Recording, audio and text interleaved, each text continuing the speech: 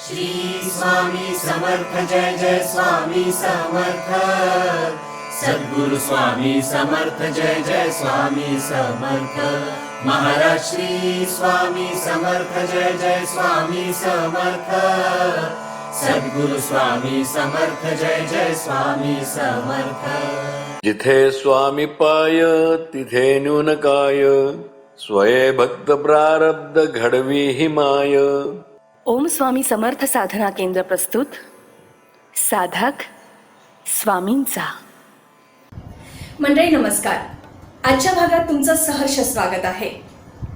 ब्रह्मर्षी वसिष्ठ श्रीराम, ऋषी सांदीपनी श्रीकृष्ण, गुरु मच्छिंद्रनाथ गोरक्षनाथ, आचार्य चाणक्य चंद्रगुप्त मौर्य, समर्थ रामदास छत्रपती शिवाजी महाराज, श्री रामकृष्ण परमहंस स्वामी विवेकानंद, श्री स्वामी समर्थ बाळाप्पा महाराज.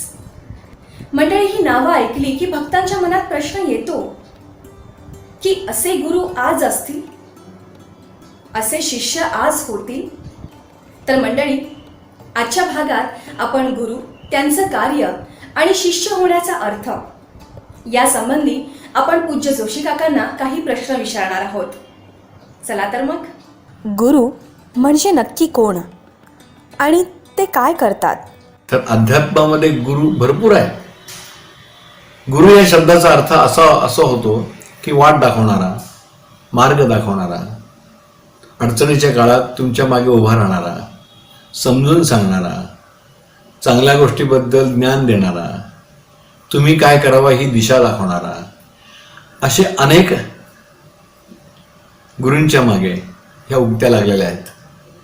गुरु सर्वतोपरी आपल्या शिष्याला जास्तीत जास्त देण्याचा प्रयत्न करतो. अनेक गुरु करतातही ते, पण त्यातले किती शिष्य ह्या सर्वाची जाणीव ठेवून किंवा त्या दाखवलेल्या मार्गावर जातात. अध्यात्मात सुद्धा गुरुला घडवताना, म्हणजे गुरुनी घडवताना, शिष्याला घडवताना सगळा वेळ ते त्या शिष्यासाठी खर्च करतात. हो, अनेक दिवस, अनेक महिने, अनेक वर्ष.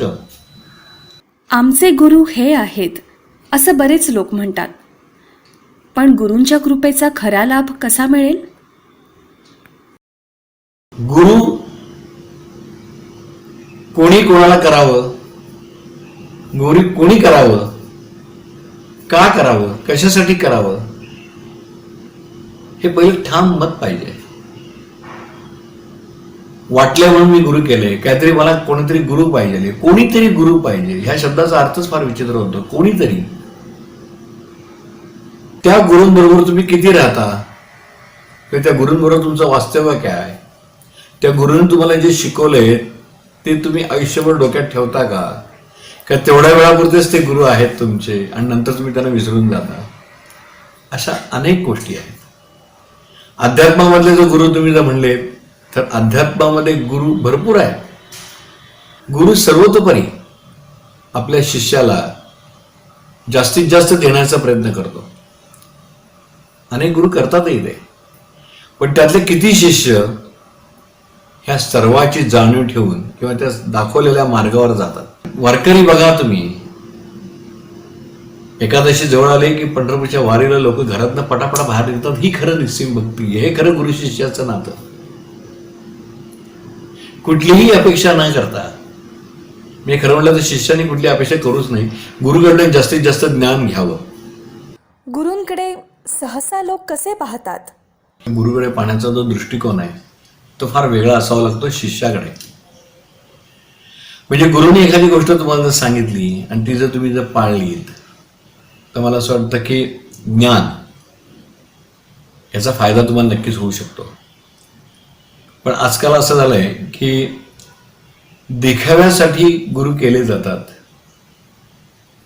गुरुचं ज्ञान किती ते घेतात माहित नाही मला, पण गुरु हा तुमचं नेहमीच चांगलं बघत असतो, चांगलं बघत आलेला आहे. ही परंपराच आहे. म्हणजे मला नेहमी असं वाटतं की गुरुपेक्षा शिष्य नेहमी मोठा व्हावा. का तर गुरुची मान ही नेहमी आदराने खाली बघावी आणि शिष्य मोठा झाला तर त्याने आदराने गुरुकडे वरती मानेने बघावं, वर मानेने बघावं असं माझं वाटतं. पण आजकालचे शिष्य फक्त गुरुकडे मागत राहतात. जसं देवाकडे मागत राहतात तसे गुरुकडे मागत राहतात. मागण्याची प्रवृत्ती आणि प्रकृती अजूनही बदललेली नाहीये, कारण लोकांच्या गरजाच वाढल्या आहेत. ज्ञान हे गुरु तुम्हाला फुकट देत असतो, पण तुम्ही त्याची किंमत करता. शिष्यांकडे पैसा असला तर किंमत त्याची केली जाते आणि व्यवहार सुरू होतो. मगाशी जे पहिल्यांदा म्हणलं त्या उक्तीप्रमाणे की गुरु शिष्याचं नातं आजकाल व्यवहारिक झालंय आणि व्यवहार हा ज्ञानापेक्षा सुद्धा मोठा होतो असं मला वाटायला लागलंय, कारण व्यवहाराला जास्त किंमत आहे ज्ञानापेक्षा. जोशी काका, एक चांगला शिष्य होण्यासाठी काय करावं हे आम्हाला सांगा. माझे गुरु ज्यावेळेला मला भेटले त्यावेळेला मला इतका परमानंद झाला. 30 वर्ष मी आणि माझे गुरु एकत्र होतो आम्ही, पण 30 वर्षामध्ये मी कधीही गुरुला म्हणजे का हा प्रश्न विचारला नाही मी, किंवा प्रश्नच केले नाहीत मी. गुरु जर मी एकदा त्यांना मानले तर त्यांना मी का प्रश्न विचारावेत. गुरुला सगळं ज्ञान आहे ते सगळं सांगतातच तुम्हाला. आणि खरं सांगायचं, त्यांनी दिलेलं मला ज्ञान आजही मी विसरलेलं नाहीये. पण अजूनही गुरुबद्दल वाटणारा आदर, गुरुबद्दल वाटणारी भीती, गुरुबद्दल वाटणारं प्रेम आजही माझ्या मनात आहे. शाळेमध्ये असताना सुद्धा, शाळेतनं ज्यावेळेला मी पास झालो, पुढे कॉलेजमध्ये वगैरे किंवा असं कुठे जायला लागलो, नोकरी करायला लागलो,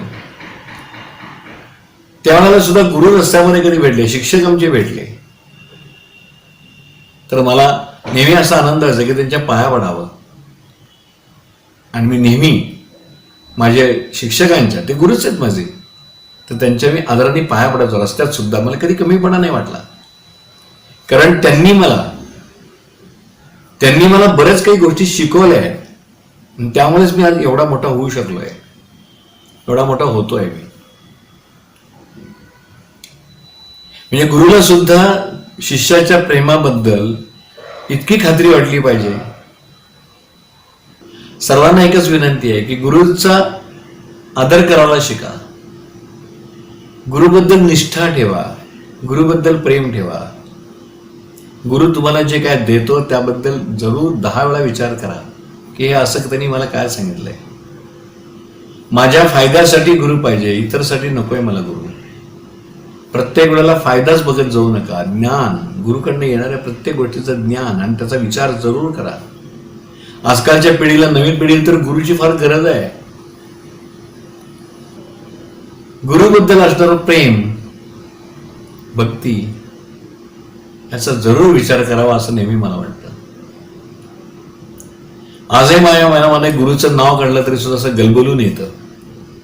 गुरुंनी मला त्यावेळेला बोलले असतील, काय वाटेल तसे बोलले असतील मला गुरु. मी राग नाही म्हणला त्याचा. मी जर राग म्हणला असतं तर आज मी इथपर्यंत किंवा जे ज्ञान मिळाले आणि मला जे काय आज मोठेपण मिळालंय हे केवळ सगळी ते गुरुकृपाच आहे.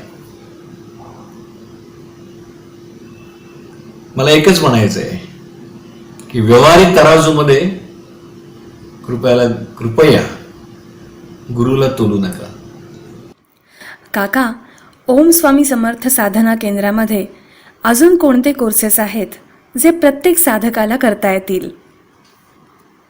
ओम स्वामी समर्थ साधना केंद्रामध्ये अनेक कार्यक्रम होतात, अनेक कोर्सेस होतात.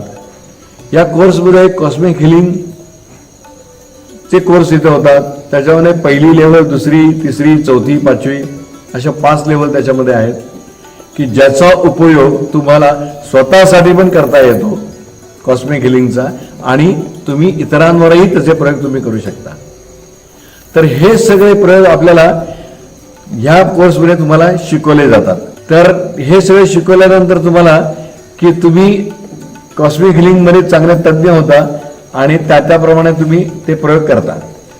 दुसरे कोर्सेस आमच्याकडे आहेत ते म्हणजे ओंकार साधना, ज्याच्यामध्ये अनेक प्रकारचे ओंकार तुम्हाला शिकवले जातात. या ओंकार साधनेमुळे तुमच्या शरीरावरती एक वेगळा आणि चांगला परिणाम होतो.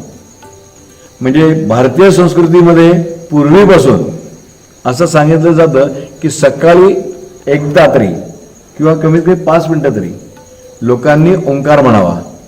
दुसरी त्याच्यामध्ये आणखीन एक आम्ही कोर्सेस इथे घेतो, त्राटक, की ज्याच्यामध्ये अनेक त्राटकाचे प्रकार आहेत. ते त्राटक सुद्धा कोर्सेस आम्ही इथे घेतो. सोहमचे आम्ही इथे कोर्सेस घेतो, सोहम साधनेचे. जसे ओंकार साधना आहे तशी सोहम साधना पण आहे. आणखीन आम्ही षटचक्र दर्शन, म्हणजे सप्तचक्र आपण म्हणतो, त्यात 6 चक्र जी मेन आहेत. कारण सहस्रारचा जर विचार करायला गेला तर तुम्हाला काही महिने लागतील ते समजून घ्यायला. इतकं ते सहस्रार चक्र खूप मोठं आहे. पण बाकीचे जे चक्र आहेत 6 चक्र, त्या 6 चक्रांचा तुम्हाला साधारण अभ्यास करता येतो. ती चक्र तुम्हाला ओपन होऊ शकतात. त्याचा उपयोग तुम्ही व्यवहारात करू शकता, स्वतःसाठी तुम्ही करू शकता. तर असं हे षटचक्र दर्शनचे कोर्सेस पण आम्ही या ठिकाणी आपल्या ओम स्वामी समर्थ साधना केंद्रामध्ये घेत असतो. असे अनेक कोर्सेस चालले असतात. त्यात आयुर्वेदिक कोर्स पण आम्ही आता त्यात घेतला, की ज्यांना आयुर्वेदाबद्दल खूप काही शिकायचं आहे, माहिती पाहिजे, असे काही स्टुडंट्स आमच्याकडे येतात. आम्ही त्यांना साधारण एक आठवड्याचा कोर्स असतो आमचा तो. त्या आठवड्याभरामध्ये अनेक वनस्पतींची त्यांना आम्ही ओळख देतो. आणि त्या ओळखीमध्ये वनस्पती ओळखणे पहिला भाग असतो. दुसरा म्हणजे वनस्पतींचा काय उपयोग आहे हा दुसरा भाग असतो. आणि त्या वनस्पतींपासून औषधं कशी तयार करतात हा तिसरा भाग असतो. काही लोकांना निसर्गाची आवड असते. तर आमच्याकडे काही असे लोक येतात की ज्यांना फक्त निसर्गाची आवड आहे आणि आमच्याकडे साधारण 4,500-5,000 वनस्पती आहेत, त्यांची माहिती करून घ्यायची आहे आणि त्या वनस्पतींच्या मध्ये आम्हाला रमायचं आहे. अशा तऱ्हेचे काही लोक येतात की आम्हाला वनस्पतींशी गप्पा मारायच्यात किंवा रमायचं आहे. तर अशा प्रकारचे आम्ही इथे कोर्सेस पण आम्ही घेतो की ज्याच्यामध्ये वनस्पतींशी तुम्ही गप्पा मारा, वनस्पतींच्या जवळ तुम्ही राहा, वनस्पतींना काय पाहिजे ते बघा, वनस्पती तुम्हाला काय देतात ते पण बघा. म्हणजे मला असं म्हणायचं गिव्ह अँड टेक आहे. निसर्गाशी तुम्ही एकरूप जेव्हा होता तेव्हा गिव्ह अँड टेक तुम्ही सुरू होतं तुमचं. तर अशा तऱ्हेचे अनेक प्रकल्प किंवा अनेक ज्याला आपण कोर्सेस म्हणू, ते सर्व या ओम स्वामी समर्थ साधना केंद्रामध्ये एकत्ररित्या तुम्हाला शिकायला मिळतात. काकाजी, तुमच्या गुरूंनी तुम्हाला दिलेला कोणता उपदेश तुम्ही साधकांना आणि प्रेक्षकांना द्याल? तसंच ज्यांना गुरूंना शरण जायचं आहे त्यांना तुम्ही काय सांगाल? माझ्या गुरूंनी नियम कुठले टाकले नाहीत, मी किंवा नियमामध्ये मला अडकवलं नाही. त्यांनी फक्त मला एकच सांगितलं की जे तुला मी सांगेन ते मात्र तू प्रामाणिकपणे कर. आणि ते मी केलं. यश किती मिळेल किंवा त्याचं फळ काय मिळेल, तर फळाच्या अपेक्षा जास्त तू करत बसू नकोस. ते तुला मिळणारच आहे, कारण तू ते करणार आहेस. म्हणून आपण काय करतो, काहीतरी मिळवण्यासाठी आपण काहीतरी करतो. अतिशय चुकीची गोष्ट आहे. कारण ज्यावेळेला आपण अडतो किंवा एखादं आपण अपयश यायला लागतं किंवा आपल्याला नाराजी व्यक्त करायला लागतं किंवा येते, त्यावेळेला आपण देवाकडे धावायला जातो किंवा गुरुकडे धावायला जातो. किंवा कोणतरी मला गुरु पाहिजे, मग तो मला काहीतरी सांगेल, मग मी काहीतरी वेगळं करीन, मग त्याच्या कृपेमुळे माझं एकदम चांगलं होणार आहे, भरपूर काही होईल. अशा मनामध्ये काहीतरी असे वेगळे विचार आपल्या यायला लागतात. ही देवाणघेवाण जी पद्धत आहे ही खूप वेगळ्या पद्धतीने आहे. म्हणजे मला असं म्हणतं की शिष्याने गुरुला खूप प्रेम द्यावं, असं माझं म्हणणं आहे. जसं मी माझ्या गुरुला दिलं किंवा गुरुनी माझ्यावर खूप प्रेम केलं, तसं मी माझ्यासुद्धा लोकांवर खूप प्रेम करतो. त्यांच्याकडनं सुद्धा असं खूप छानपैकी गोष्टी ऐकायला मिळतात, त्यांना शिकवतो पण आम्ही. ही परंपरा खूप चांगली आहे. पण त्याच्यामध्ये काही गोष्टी आल्या की मग बिघडायला लागतं. तर असं बिघडू नये अशी इच्छा असते. त्यामुळे गुरु आणि शिष्य ही परंपरा खूप सुंदर आहे. म्हणजे माझ्या गुरुनी जेव्हा मला सांगितलं की तुला जेव्हा मी गुरुमंत्र देतो आहे त्यावेळेला नियम हा एकच की तुझी आवड निवड असायला नाही पाहिजे. जे तुला मिळणार आहे त्यात तू चांगला राहणार आहेस. तुला किती लागतं असं ते गुरुंनी मला एकदा विचारलं, तुला किती लागतं? म्हटलं मला काहीच लागत नाही. असा दिवसाचा तुझा खर्च किती? म्हटलं काहीच नाही. तर ह्या गोष्टी ज्या आहेत तर ह्या गुरु शिष्यांनी किंवा गुरुनी शिष्याला शिकवणं गरजेचं आहे. आजकालच्या ह्याच्यामध्ये जरा खूप गोष्टी वेगळ्या पाहायला मिळतात. काही लोक खूप सुंदर पण करतात, काही लोक जरा थोडेसे वेगळे पण आहेत. वाईट वाटतं. आणि गुरु शिष्याची नाती पण बिघडली जातात. तर मला असं वाटतं की असं होऊ नये. म्हणजे शिष्याने गुरुला कधी विसरता कामा नये आणि गुरुनी शिष्याला कधी विसरता कामा नये. खरी परंपरा ही. मंडळी, गुरु आणि शिष्य या दोहोंच्याही बाबतीत दुर्दैवानं समाजात अपसमज निर्माण झाले आहेत. आज आपल्याला गुरु, शिष्य आणि साधना याविषयी जोशी काकांनी जे सांगितलं त्यातून तुम्हाला बरीच उत्तर सुद्धा मिळाली असतील. मात्र जोशी काका जे नेहमी सांगतात ते लक्षात असू द्या. ते नेहमी सांगतात की साधना करा. साधना केल्याशिवाय अनुभव नाही आणि अनुभवाशिवाय ज्ञान नाही. तेव्हा आजच साधनेला सुरुवात करा. साधना कुठली करावी हे जाणून घेण्यासाठी तुम्ही आपल्या चॅनलवरचे कॉस्मिक हिलिंग आणि ओंकार साधना हे एपिसोड जरूर बघू शकता. आणि हो, जोशी काकांनी सांगितल्याप्रमाणे साधनेचा श्री गणेशा करा. धन्यवाद.